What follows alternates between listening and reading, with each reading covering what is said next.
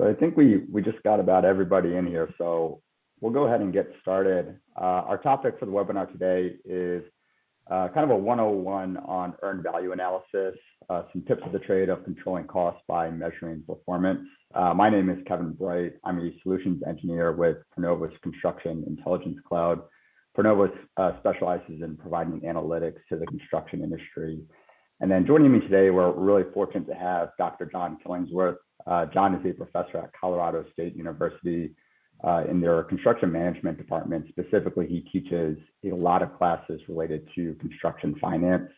He's also done a lot of training over the years through CFMA and AGC chapters related to managerial accounting for construction and also project level cash flow.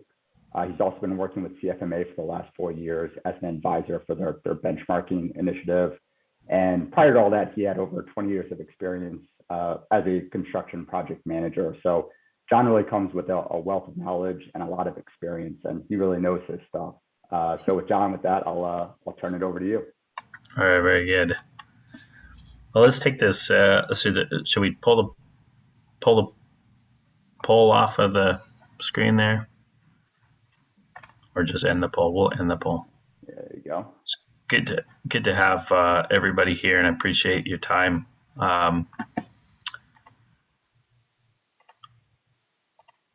Kevin's already introduced us, so we're going to talk about earned value analysis today. What is earned value analysis, or EVA? It's basically a project level cost control instrument, and essentially it's performing a comparative analysis between our performance and our plan. So our performance on the job site, and we compare that to our cost loaded schedule, or our budgeted cost of work scheduled. And then we also do a cost performance index, which is basically our performance on the job site compared to what's actually charged to the job site. So let's jump in there and talk about that. So why perform earned value analysis? It goes back to that fundamental principle that what gets measured gets improved. And so through providing accountability for the activities on the job site, both in terms of schedule performance and cost performance, and many of you are doing this in one way or another. And so what I hope to do today really is sort of bring that together, create some context, and maybe provide some ideas for how to improve that process. EVA helps identify trends in terms of our performance, not just on a single project, right? But that it's certainly part of that. Where are we right now? Where do we project to be, right? So it's a little bit of a forecasting tool for a project, but it also lets us look at performance trends of our project team, of our subcontractors and other vendors. Right? We can look at an EVA from 3 or 4 different projects that we had this specific subcontractor on, and see, in every project they hit their deadline, and despite where they may have been during the project, they always seem to get it back to where they needed to be. And so so it's a good move to continue to use that contractor. It helps quickly identify exceptions to our management plan, and create a strategy for when we get off track. Management by exception is that process of allowing autonomy to our project team or to individuals, right? To let them work within boundaries, and we establish those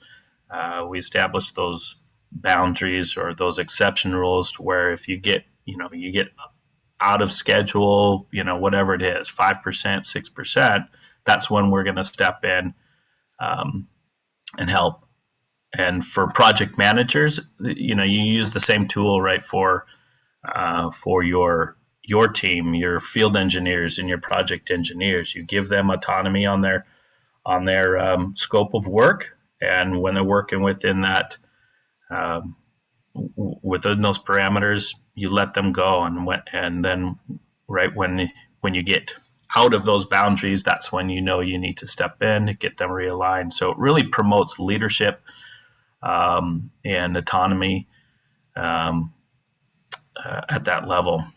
And of course, all of that helps avoid margin erosion, which of course nobody wants that. And typically that's happening at the bottom third, right, or the last third of the project. And in that final trimester, we're scrambling to get the project done. Well, if we can use EVA to keep on track early on and identify those trends, then that helps avoid that allocation of excessive resources to get it back on track and get it done on time. So let's see how that works. First, how to perform an EVA. We're going to start with that schedule of values, and we all have that contractually. That's created, but we're going to expand that and create a cost-loaded schedule.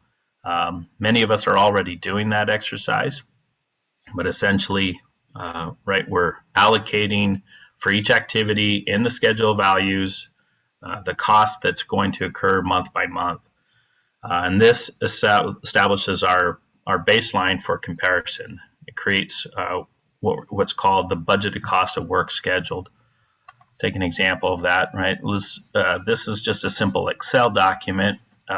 Many of us are using Excel, right, to create these kind of documents, but you can see this first page looks a lot like a schedule of values, or at least those first three columns, right? Schedule values here. And then those costs are allocated according to what we project completion is for those activities.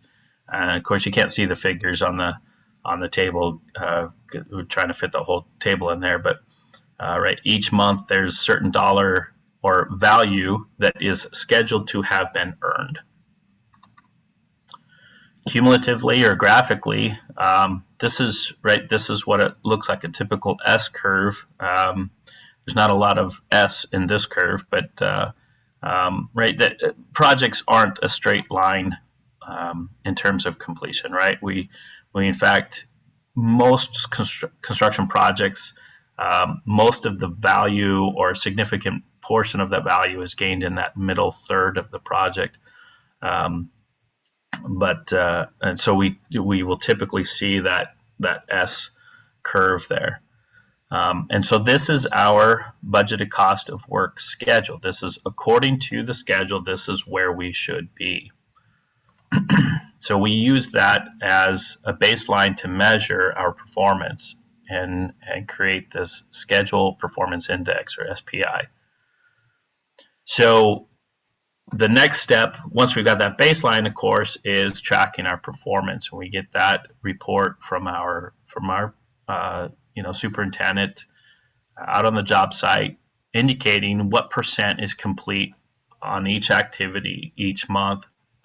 Project managers will fill in a lot of the overhead or project overhead items. But essentially, it allows managers to drill down into specific areas. But from a macro level, right, the SPI will create a single number. And so it's just like this, right? We take a look at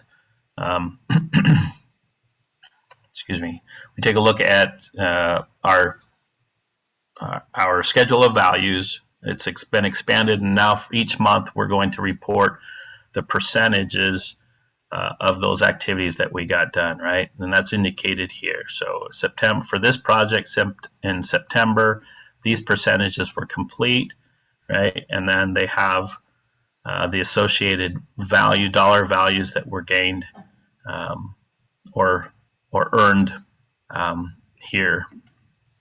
And so then once that's calculated, this graphic is just essentially showing the comparison between that performance number, the earned value on the project, based on or compared to that initial budgeted cost of work scheduled. So graphically, anytime we see that blue line, the budgeted cost of work performed, is above our yellow line, we're actually ahead of schedule. So you can see this project, right, got a little bit behind in months 5, 6, and you can see in that 7th month, they really, right, saw that they were getting behind and allocated the necessary resources to get back on track.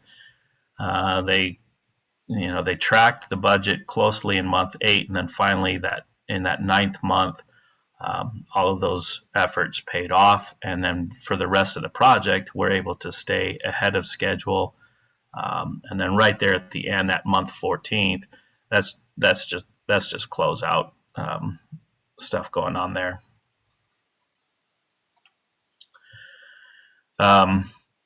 Right. So anytime to calculate your schedule performance index, you're going to take your performance, that BCWP, and divide it by your schedule budget. And so anytime you're at a 1, right, you know that you're at or on schedule. Anytime you're above a 1, of course, you're ahead of schedule, and below a 1 is behind schedule.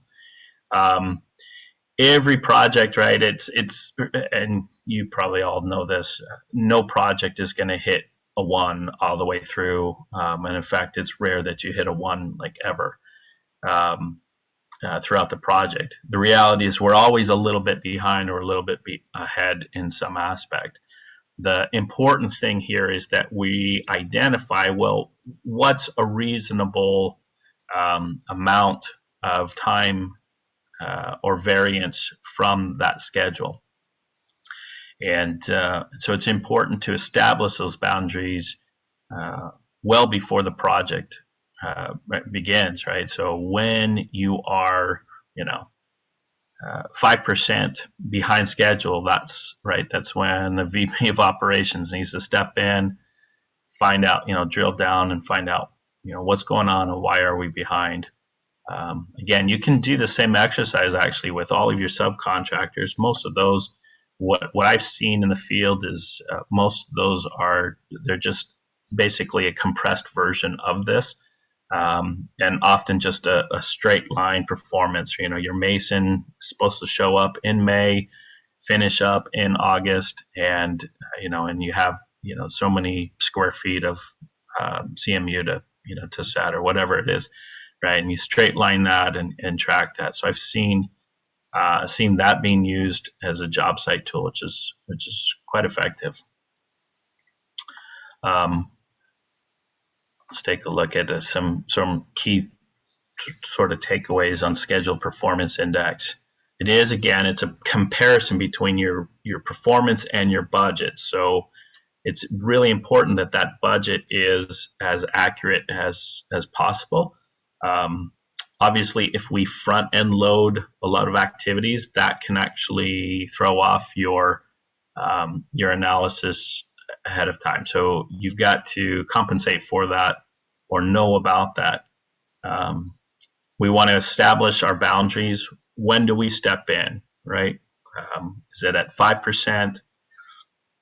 Is it 6%? Where is it, in terms of that schedule performance index? When they get outside of that, when do we step in? Certainly, it helps us to identify those areas of scheduled delay, right? It allows us to quickly say, oh, we've got a problem here. Let's drill down. Let's find out where that is and have a discussion about that rather than focusing on, issues that aren't actually impacting schedule performance and those type of things. Finally, it creates accountability from your project team. Allows them to work and do their job and only interfere, right? Not necessarily interfere, but intercede, right? When it's time to step in. Finally, don't always assume that that data is correct. This is really important for our project managers or supers to be fully transparent. Don't record percentages that don't round up. Be as accurate as you possibly can in those numbers, because if they're rounding up just to make it look like they're actually ahead of schedule or on schedule, that doesn't help anybody. And really, there's nothing that we can do to help them if they're not being fully transparent and that data is not correct.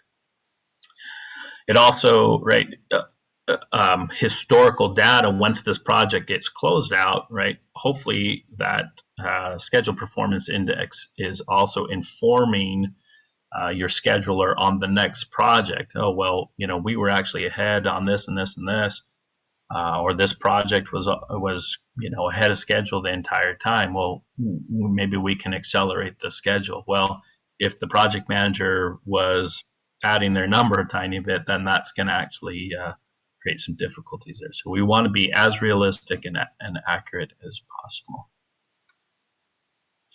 Okay, let's look at cost performance index. This is essentially a similar tool. In this case, we're going to take our budgeted cost of work performed, so our performance, and instead of comparing it to our budget, we're going to compare it to the actual costs accrued on the project. So our accounting report establishes that actual cost of work performed. And again, this allows managers to drill down on expense items rather than schedule items. So very similar exercise, We're going to take a look at our performance, which is our BCWP, and we're going to compare that to the report that we get from our accounting department.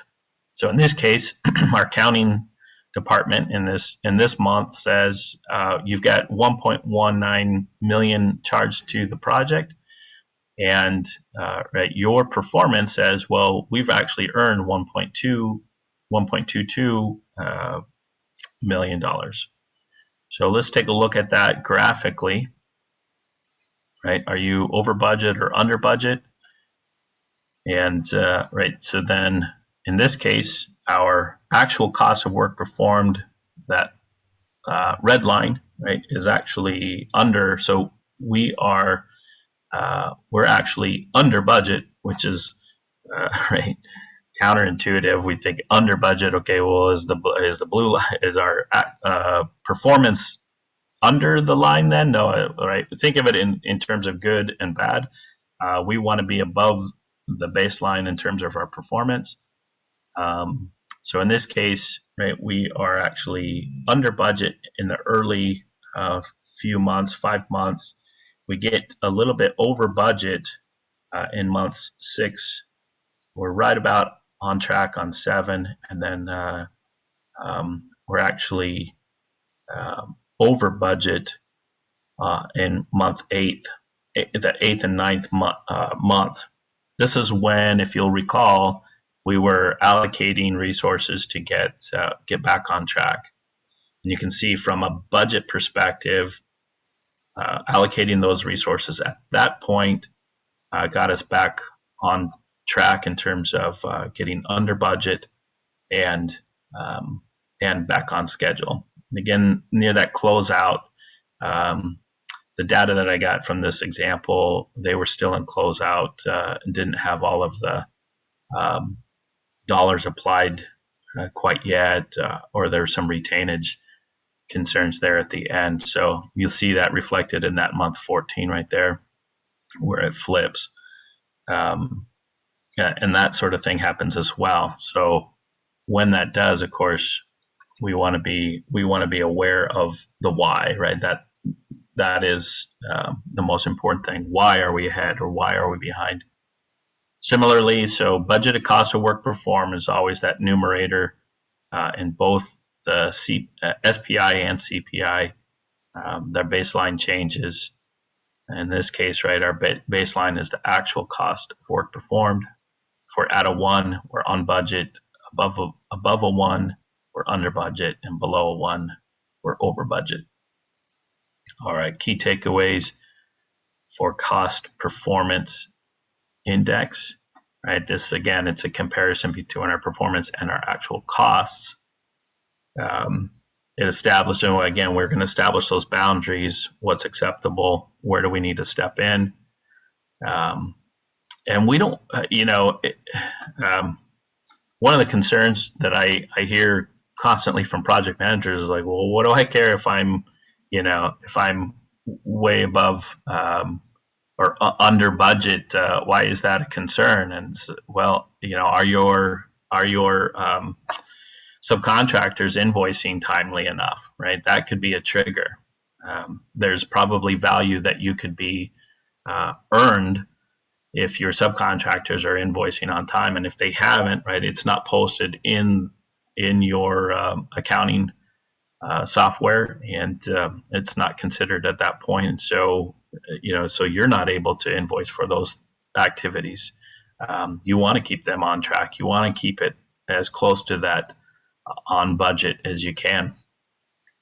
Certainly helps to quickly identify cost overruns.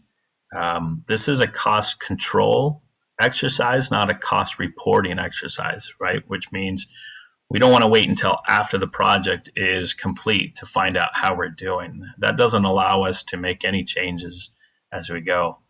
And again, similar to the SPI, this creates some accountability. And again, don't assume that data is correct. Let's, when we find those exceptions, that's a great time to sit down with that project manager and say, okay, where's this cost overrun happening and why? And right, is that data accurate? Right, is the invoice from the vendor accurate, the right dollar amount, or what's happening there? Is there some front end loading on their behalf that we need to account for here and to know about? So all of those things are going to need to be considered, obviously. The idea with EVA is that it's creating the discussion or the opportunity to have the discussion in a very sort of systematic, strategic way, and to be able to allow your project management team to work autonomously and give them the power and the authority to do so, and you only get involved really when you need to. A lot of what I showed you today, in fact, let me just scroll back here. Right, these tools here are generated in Pronovos, which is really great of them to help me out generating it as they're putting this project into Pronovos. And what's fantastic about this, right? So many of us are using Excel, to chart things, and what that does is it creates this. It creates a sort of manual process of reporting. When you're using a tool like Pronovos, there's some automation that you can set up, and it allows you to actually view the data live and not wait end of month and then create your you got to do all of your invoicing and so forth, and now I want the report, and so the report is delayed by 10 maybe 15 days, whereas if it's automated and you're using a tool like this, you're actually seeing it live, you're seeing it as those costs are allocated, and it accelerates that ability to have that critical conversation with your project team, and so that's the idea here behind using a tool like Pronovos. I'll run to the end here again, and then I think I'll turn it back over to you, Kevin. Thanks, John. And we had one question from Alvaro. He was wondering, how does CPI relate to earned revenue? To earned revenue? Well, yeah. So it depends on your revenue recognition method, I'm sure. But your CPI can relate to that in terms of your actual costs applied to the project. That's a fantastic question. How can you relate it to earned revenue? I would say you can you can make that comparison to determine what percent complete you actually are on a project. I think it's a really good point. Are there any other questions? We've got a couple minutes left. I don't want to leave anything out there hanging if anyone has any additional follow-up questions for John. He's obviously got a wealth of knowledge. So if there's any other questions, we'd love to hear them. If not, and if you think of something after the webinar today, John's contact email is up on the screen right now. If you have specific questions related to earned value analysis, my contact info is also up on the screen. If you have any questions related to the Pronovus platform or how you can start to automate analysis like earned value analysis with your financial data. Yeah, thank you very much, Kevin. Yeah, let me know if there's any questions, more questions that pop up. Yeah, and if there are no more questions, I'd like to thank everyone for joining us today, and a special thanks to Dr. Killingsworth for taking the time out of his busy schedule to speak with us today.